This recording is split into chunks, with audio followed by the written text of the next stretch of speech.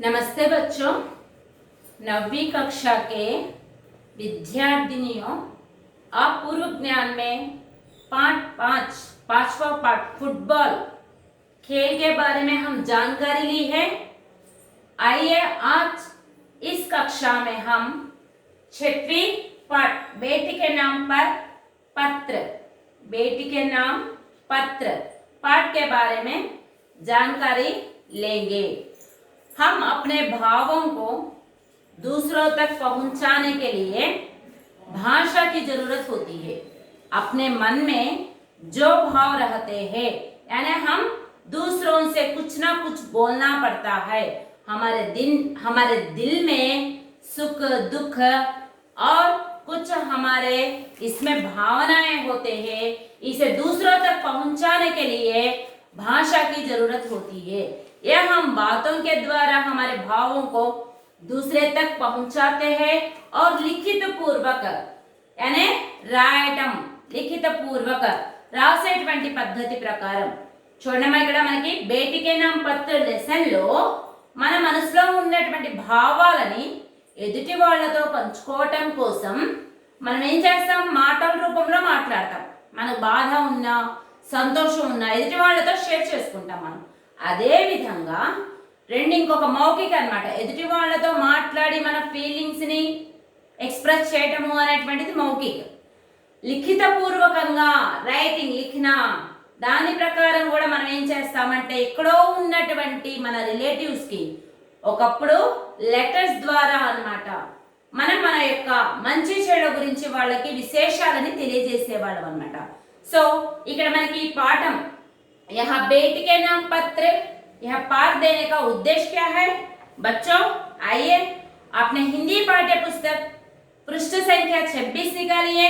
यहाँ पर एक लड़का अपने थैली निकालकर या कुछ लेटर यानी कुछ खत आया हुआ है, वह इस खत देखकर पढ़ रहा है। यानी यहाँ पर कुछ हमें प्रश्न दिए गए हैं। देखिए चित्र में क्या दिखाई दे रहा है। इस चित्र में आपको क्या दिखाई दे रहा है बच्चों? यानी लड़का है और लड़का कुछ खत या पुस्तक निकाल कर पढ़ रहा है। यहाँ उसकी थैली है, थैली में अपने पुस्तक है। इस तरह हमें यहाँ चित्र पर दिखाई दे रहा है। पृष्ठ संख्या 26 देखिए। और दूसरा प्रश्न, बालक क्या कर रहा होगा? బాలుడు ఏం చేస్తూ ఉండొచ్చు? అమ్మా? లెటర్ చదువుతూ ఉండొచ్చు, పుస్తకం చదువుతూ ఉండొచ్చు. అతని చేతిలో సంథింగ్ ఒక పేపర్ అన్నమాట, एक कागज है वह लड़का उस कागज को पढ़ रहा है। यानी यहाँ पर आपको एक प्रश्न दिया गया है, लड़का क्या कर रहा होगा। ऐसा प्रश्न पूछने पर आप उसका जवाब कैसे देना है? अगर हमें देख रहे हैं यानी हमें एक चित्र देखने पर कुछ प्रश्न सवाल करते तो हम उस चित्र को देखकर उसके सवाल यानी प्रश्नों का उत्तर हम दे सकते हैं। यानी दूसरा प्रश्न ये बताया गया कि बालक क्या कर रहा होगा, బాలుడు ఏం చేస్తూ ఉండొచ్చు. ఇక్కడ మనం చూసినటువంటి పిక్చర్ లో బాలక ఖత్ పढ़ रहा होगा, ఆ ఉత్తరాన్ని ఆ లెటర్ ని చదువుతూ ఉండొచ్చు అని చెప్పాడు అన్నమాట. नेक्स्ट क्वेश्चन, हमारे जीवन में पत्रों का क्या महत्व है? మన లైఫ్ లో లెటర్స్ యొక్క ఇంపార్టెన్స్ ఏంటి? పత్ర మానే లెటర్, ఖత్. పత్ర అంటే ఏంటి? Letter, LETTR. లెటర్ అంటే ఇక్కడ అక్షరం కాదమ్మా, ఉత్తరం అన్నమాట. LETTR లెటర్ అనే ఖత్. మనం ఒక చోట నివసిస్తూ ఉంటాము. మన యొక్క రిలేటివ్స్ हमारे बंधुओं दूसरे प्रांत में रहते हैं। हमारा अच्छाई बुराई इसके विषय हमें दूसरों तक पहुंचाना है। अब तो लैंडलाइन सेलफोन्स आ गए हैं, लेकिन प्राचीन जमाने में, प्राचीन काल में यानी 20-30 साल के पहले एक खत लेटर का ही बहुत महत्व है। खत का ही यानी या पत्र का ही बहुत महत्व है। हमें जब अपनी भावनाओं को एक कागज में एक खत में लिखकर हमें डाक में डाल देते थे। डिब्बा में डाल देते थे, पोस्ट ऑफिस లో వేసినట్లయితే, పోస్ట్ బాక్స్ లో వేసినట్లయితే पोस्टमैन डाकिया आकर उस खत निकाल कर उसको पर जो पता है उस पते के अनुसार एक जगह से दूसरे जगह पहुंचाता था। ఒక చోటు నుంచి ఇంకో చోటుకి అనే మనం రాసినటువంటి లెటర్ మనం పోస్ట్ బాక్స్ లో కనుక వేసినట్లయితే ఆ అడ్రస్ ని బట్టి పోస్ట్ మ్యాన్ అది बस के जरिए या रेल के जरिए या हवाई के जहाज के जरिए यानी మనం రాసినటువంటి లెటర్ మన స్టేట్ అవ్వచ్చు, మన డిస్ట్రిక్ట్ అవ్వచ్చు, లేదా ఇంటర్నేషనల్ లెటర్ కూడా అంటే వేరే ప్లేస్ లో వేరే కంట్రీలో ఉన్నటువంటి వాళ్ళకు కూడా మనం లెటర్స్ రాస్తూ ఉండొచ్చు। సో ఈ పోస్ట్ మ్యాన్ అనేటువంటి అడ్రస్ ని బట్టి వాళ్ళు ఏ విధంగా అవైలబుల్ గా ఉంటే బస్ के जरिए या रेल के जरिए या हवाई जहाज के जरिए एक स्थान से दूसरे स्थान तक यह खत पहुंचाते थे। ఒక ప్లేస్ నుంచి ఇంకో ప్లేస్ కి లెటర్స్ పంపించడము, మళ్ళీ అక్కడ పతా అడ్రస్ लेकर वो जिसका खत है उसके पता के अनुसार उस आदमी तक पहुंचाते थे। ये डाकिया का काम है। ఇది పోస్ట్ మ్యాన్ పోస్టల్ వాళ్ళ యొక్క పని అన్నమాట। సో ఇక్కడ మనకి లెటర్స్ యొక్క ఇంపార్టెన్స్ ఏంటి, మన లైఫ్ లో లెటర్స్ యొక్క ఇంపార్టెన్స్ ఏంటి, మన మంచి కోసం గానీ చెడు కోసం గానీ లేదా హాస్టల్లో ఉన్నటువంటి స్టూడెంట్స్ తమ యొక్క పేరెంట్స్ అన్నమాట ఏదైనా మనీ అడగాలన్నా అక్కడ ఉన్నటువంటి విషయాలు తెలియజేయాలన్నా లెటర్స్ ద్వారానే చేశాడు। కానీ మనకి टेक्नोलॉजी यानी आधुनिक साधन आए हैं और सेल फोन्स लैंडलाइंस ऐसा आए हैं। अब खतों का यानी खत पत्र का प्रामुख्यता कुछ कम हुआ है, लेकिन अब भी हम सरकारी के कुछ कामकाज करने के लिए खतों का ही उपयोग करना पड़ता है। మనం గవర్నమెంట్ పర్పస్ గా ఏదైనా ఆఫీస్ పర్పస్ గా మనం కార్యకలాపాలు చేయాలంటే ఇప్పటికీ కూడా మనం లెటర్ రూపంలోనే లెటర్ రాసి అప్లికేషన్ రాసి స్కూల్లో జాయిన్ అవ్వాలి। ఫస్ట్ అడ్మిషన్ కోసం మనము ఏం చేయాలి, అప్లికేషన్ తీసుకోవాలి। సో మనం ఫిల్అప్ చేసేసి స్కూల్లో ఉన్నటువంటి సీట్ ని బట్టి మనకి అడ్మిషన్ అనేది దొరుకుతుంది। సో ప్రతిదానికి కూడా ఎప్పటికీ కూడా पाठशाला और सरकार दफ्तर और कई प्रांतों में भी अभी हमें खतों के द्वारा ही अपने कार्यकलाप कर रहे हैं। तो आइए आज हमारे जीवन में खत का क्या प्रामुख्यता है इसके बारे में जानकारी लेंगे। यहाँ से यह पाठ देने का उद्देश्य क्या है, ये पाठ देने का उद्देश्य क्या है। निकालो बच्चा आप अपने हिंदी पाठ्य पुस्तक पेज नंबर 26। अपनी भावनाएं दूसरों तक पहुंचाने के लिए पत्र भी एक साधन है। మన భావనలని ఎదుటి వాళ్ళ వరకు చేరవేసేటువంటి ఒక రకమైనటువంటి సాధనము ఈ ఉత్తరాలు అనేటువంటివి చేస్తాయి అని చెప్తున్నాడమ్మా। इस साधन के द्वारा समुचित व प्रभावी रूप से भावाभिव्यक्ति की जा सकती है। సముచితంగాను చాలా బ్రీఫ్ గాను మన మనసులో ఉన్నటువంటి ఫీలింగ్స్ మొత్తము రిటర్న్ लिख कर हम दूसरों तक पहुंचाते हैं। ऐसा खत हमें काम में आते हैं। छात्रों के लिए सूचनाएं, विद्यार्थी आपको इस तरह सूचनाएं एक बार देखिए, पाठ के चित्र देखिए, चित्रों के आधार पर कल्पना कीजिए कि पाठ में क्या बताया गया होगा। हमें जहां पाठ में यानी पाठ्य पुस्तक में जो चित्र पढ़ रहे उसके जरिए से क्या बताया होगा। जस्ट आप कल्पना कीजिए, कल्पना माने ఇమాజినేషన్। అక్కడ మన పిక్చర్ ని చూసి మనం ఇక్కడ పాఠంలో ఏం చెప్పబడి ఉంటుంది జస్ట్ ఇమాజిన్ చేయమని చెప్పేసాను అన్నమాట। पाठ पढ़िए, नए शब्द और वाक्य रेखांकित कीजिए। जब भी आप नया पाठ सुनते हैं या पढ़ते हैं, पाठ पढ़कर जो कठिन शब्द है वह उसे रेखा खींचकर उसकी माने यानी शब्दार्थ जानने से आपको हिंदी भाषा या अंग्रेजी या तेलुगु जो भी भाषा आप सीखते हैं तो सरलता से सीखते हैं।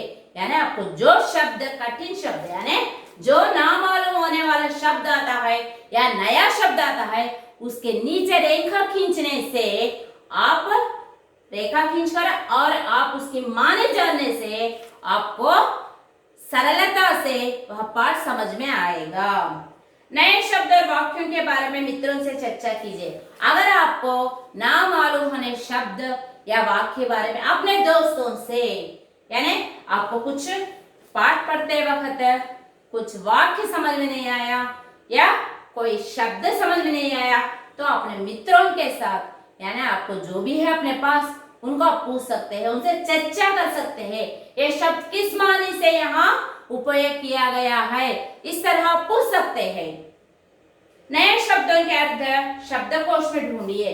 अगर आपको नहीं मालूम होने पर हमको स्टडी मटेरियल उसमें शब्दार्थ है, आप उस पढ़ने से उसका शब्दार्थ और शब्दकोश यानी नया शब्द जो आता है वो नया शब्द का शब्द आप शब्दकोश यानी डिक्शनरी में देखने से आपको नया शब्द समझ में आएगा। तो आइए आज हम अपना बेटी के नाम पत्र पाठ शुरू करेंगे। यहाँ कहाँ से लिया गया है माँ? ये है नैनी जेल। यहाँ पर एक पिता अपनी बेटी के लिए खत लिखे हैं यानी पत्र लिखे हैं। कहाँ से लिखे हैं? नैनी जेल का माँ दाएं तरफ यानी राइट हैंड दाएं तरफ नैनी जेल। दिनांक आकर दिनांक यानी डेट दिनांक आकर 26 अक्टूबर 1930। कब लिखा गया है माँ ये पत्र? नैनी जेल से। कहाँ से लिखा गया है? किस स्थान से लिखा गया है? नैनी जेल से लिखा गया है। पिता अपने बेटे के नाम पर यहाँ एक पत्र लिखे हैं। स्थान कहाँ से लिखा गया है? नैनी जेल से। कामा किस दिनांक यानी कब यहाँ का दिनांक कब ये पत्र लिखा गया है? 26 अक्टूबर 1930। जब भी हम पत्र लिखते हैं पहला हम पत्र रखते हैं और अपने दाहिने तरफ यानी राइट हैंड अपने स्थान और दिनांक लिखना जरूरी है। अब हमें स्थान और दिनांक डालना यानी पत्र लेकर लिखते वक्त हमें दाई तरफ यानी రైట్ హ్యాండ్ మనము ఉత్తరం ఎప్పుడు రాసినా ఫస్ట్ మనం లెటర్ అని చెప్పేసి హెడ్డింగ్ పెట్టిన తర్వాత అయితే ఈ లెసన్ నుంచి మనము लेटर राइटिंग के विधंगा रायाली पत्र लेखन किस तरह लिखना चाहिए यह जानकारी हम ले सकते हैं। पत्र किस तरह लिखना है यानी पत्र लिखते समय कुछ हम नियम पालन करना चाहिए। उसके नियम क्या है यानी हमें दाएं तरफ पहले स्थान और हमें जिस दिन लिखते हैं उसका दिनांक हमें यहाँ पर डालना पड़ता है। यानी మనం లెటర్ రాస్తున్నప్పుడు ఫస్ట్ మనం చేయాల్సినటువంటి పని ఏంటంటే మనం రాసేటువంటి లెటర్ ఫస్ట్ హెడ్డింగ్ పెడతాము, తర్వాత మనకి రైట్ సైడ్ వచ్చేసిన తర్వాత ఎక్కడి నుంచి అయితే రాస్తున్నామో స్థానం అన్నమాట అంటే దాని యొక్క ప్లేస్ ఎక్కడి నుంచి అయితే రాస్తామో ప్లేస్ నేమ్ రాస్తాము, ఏ రోజు అయితే రాస్తున్నామో ఆ రోజు మనము డేట్ అనేటువంటిది వేయటం జరుగుతుంది। తర్వాత మనకి చుట్టి పత్ర అంటే ఏంటి? మనం స్కూల్ కి లీవ్ కోసం మనకి హెల్త్ బాగలేదు కక్షాధ్యాపక పత్ర లిఖనా चाहिए లీవ్ లెటర్ అనేటువంటిది రాయాల్సి ఉంటుంది। సో మనం రాసేటప్పుడు లెటర్ ఎవరికైతే రాస్తున్నామో సేవామి అని పెడతాం అన్నమాట। అంటే టు ఎవరికైతే రాస్తున్నామో వాళ్ళకి సేవామి అనేటువంటిది పెడతాం। ఏం పెడతామమ్మా? సేవామి అనేటువంటిది పెట్టడం జరుగుతుంది। సేవామి మానే టు అన్నమాట। ఎవరికైతే రాస్తున్నామో వాళ్ళ అడ్రస్ తో ఎవరికైతే ఫర్ ఎగ్జాంపుల్ మనం స్కూల్లో చదువుతున్నాం మనకి హెల్త్ బాగలేదు మనం లీవ్ అడగాలి క్లాస్ టీచర్ కి రాస్తున్నాం। సో సేవామి అంటే అర్థం ఏంటమ్మా?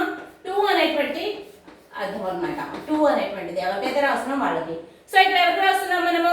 ప్రధానాధ్యాపక్ ప్రిన్సిపల్ గారికి రాస్తేనేమో ప్రధానాధ్యాపక్ అని పెట్టాలమ్మా, ప్రధానాధ్యాపక్ అని పెట్టాలి। అదే మనం క్లాస్ టీచర్ కి రాస్తున్నట్లయితే ఏమని పెట్టాలి? ఆర్ లేక యా కక్షా అధ్యాపక్। క్లాస్ టీచర్ రాస్తున్నట్లయితే ఏం పెట్టాలి? కక్షా అధ్యాపక్ यानी క్లాస్ టీచర్ వాళ్ళ క్లాస్ కి క్లాస్ టీచర్ ఎవరు వాళ్ళకి రాయాల్సి ఉంటుంది అన్నమాట। కక్షా అధ్యాపక్ క్లాస్ టీచర్ కి రాయాల్సి ఉంటుంది। మనం ఏ స్కూల్ కి రాస్తున్నాం? మనం ఏ స్కూల్ అయితే చదువుతున్నామో ఏ స్కూల్ చదువుతున్నాం మనం? Navodaya high school. ఏం రాస్తాం మనము?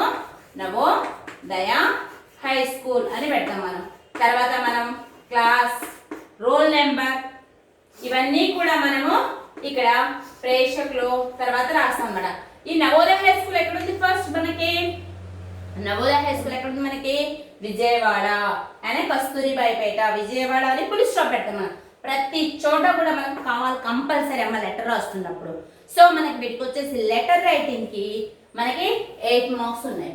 మనం ఇలా ఇక్కడ हम स्थान और दिनांक लिखने पर यहाँ पर हमें ऑफ यानी ऑफ अंक हमें प्राप्त होगा।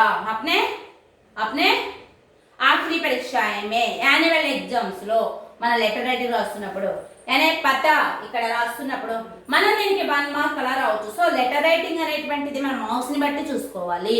కాబట్టి సో నవోదయ హై స్కూల్ ఎక్కడ ఉంది? ఉన్నటువంటి ఏరియా కస్తూరిబాయిపేట. సో మనం రాసేటువంటి అడ్రస్ ఈ కస్తూరిబాయిపేట ఎక్కడ ఉంది?